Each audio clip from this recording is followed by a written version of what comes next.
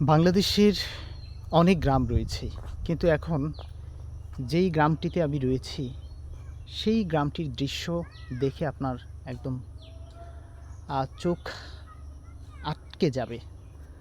কারণ এত সুন্দর গ্রাম খুব কমই আছে।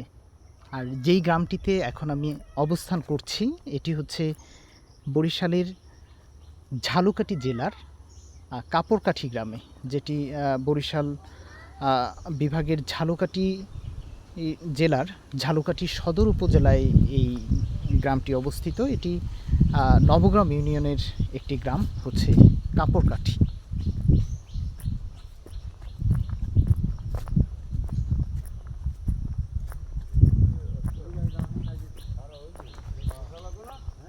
এই কাপড়কাঠি গ্রামে একদম আপনি যেদিকেই তাকাবেন চারপাশে শুধু সবুজের সমারোহ দেখতে পাবেন।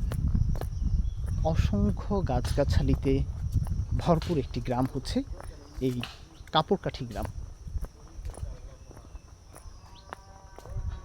গ্রামের একদম মাঝখান দিয়ে ছোট্ট সুন্দর একটি খাল বয়ে গেছে। খালের চারপাশে প্রচুর পরিমাণ সবুজ গাছগাছালি।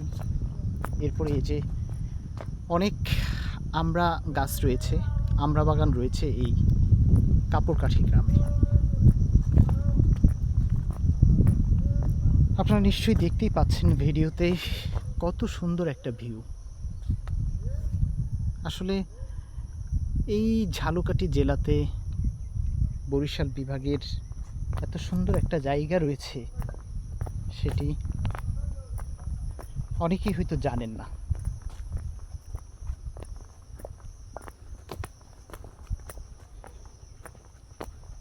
ঝালকাঠি জেলার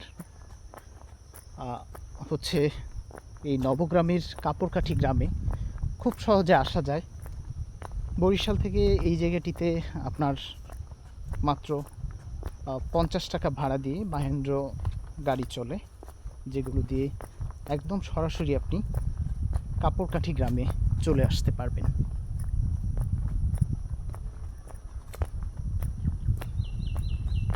দেখুন একদম ন্যাচারালি গড়ে ওঠা যে কোনো জায়গা আসলে অনেক সুন্দর হয়ে থাকে। এই যে খালের পাড়ে সবুজ গাছগাছালি, তারপরে হচ্ছে আবার মানুষের তৈরি কিছু বাগান,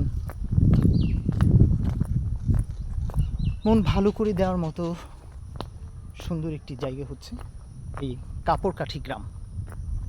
আপনারা অনেক গ্রাম দেখবেন, অনেক গ্রাম রয়েছে আমাদের দেশে, কিন্তু এই কাপড়কাঠি গ্রামের মতো সুন্দর গ্রাম খুব কমই রয়েছে, যেখানে নদী, খাল, সবুজ গাছগাছালি সমারোহ রয়েছে, পাখি।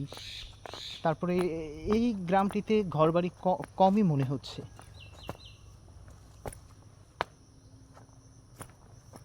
অনেক গাছগাছালি দেখা যায় পড়া, মাঝখানে ওই ঘূর্ণিঝড়ের কারণে হচ্ছে এগুলো পড়ে গিয়েছে।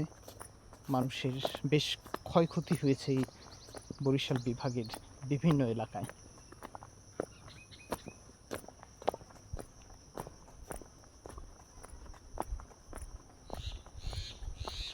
অনেকটা সময় ধরে এই কাপড়কাঠি গ্রামের ভেতর দিয়ে হাঁটছি।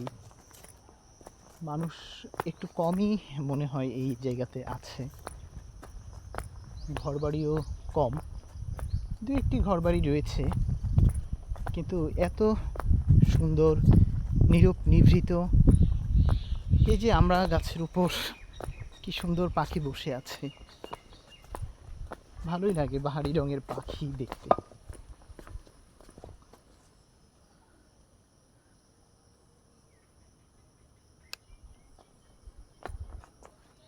ও, একটি বাড়ির পাশে জাম্বুরা গাছ, অনেক জাম্বুরা দেখা যায় গাছটিতে।